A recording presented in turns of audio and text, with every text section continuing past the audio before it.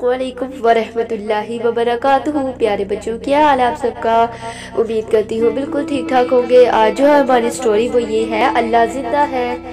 गज़वा ओहद के रोज़ जब मुसलमान फतह के बाद माले गनीमत लौटने में मसरूफ़ हो गए और काफिरों ने घाटी की तरफ से दोबारा हमला करके वक्ती तौर पर उन्हें शिकस्त से दोचार कर दिया, तो जिन जानिसार सहाबा ने आप सल्लल्लाहु अलैहि वसल्लम को बचाने के लिए अपने हल्के में ले लिया और जी जानकर काफिरों का मुकाबला किया। उनमें हजरत अबू बकर सिद्दीक रजी अल्लाह तआला अन्हु भी शामिल थे और बहादुरी में आप रजी अल्लाह तआला अन्हु किसी से पीछे न रहे।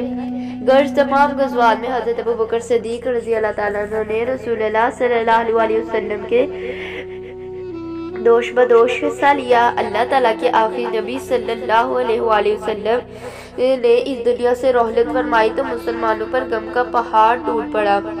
उनकी हालत दीवानों की सी हो गई।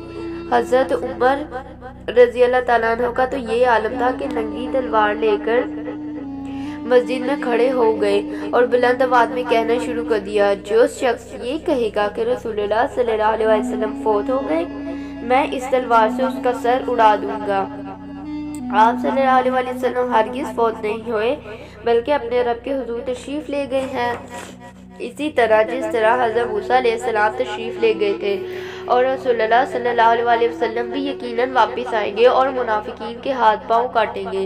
हज़रत अबू बकर सिद्दीक रज़ी अल्लाह तआला अन्हु ने हज़रत उमर रज़ी अल्लाह तआला अन्हु को ये अल्फाज सुने तो आपको समझाया और तमाम लोगों से कहा, ऐ लोगो, जो शख्स मोहब्बत को पूछता था इसे मालूम होना चाहिए कि मोहम्मद सल्लल्लाहु अलैहि वसल्लम फौत हो गए, लेकिन जो शख्स अल्लाह की इबादत करता है तो यकीनन अल्लाह जिंदा है, उस पर कभी मौत नहीं आएगी। हजूर सल्लल्लाहु अलैहि वसल्लम की नाश मुबारक देखकर आप रज़ी अल्लाह तआला अन्हु की आंखों में आंसू भर लाए और कहने लगे, क्या ही बाबरकत जिंदगी थी आप सल्लल्लाहु अलैहि वसल्लम की और क्या ही पाकीज़ा मौत है आप सल्लल्लाहु अलैहि वसल्लम की।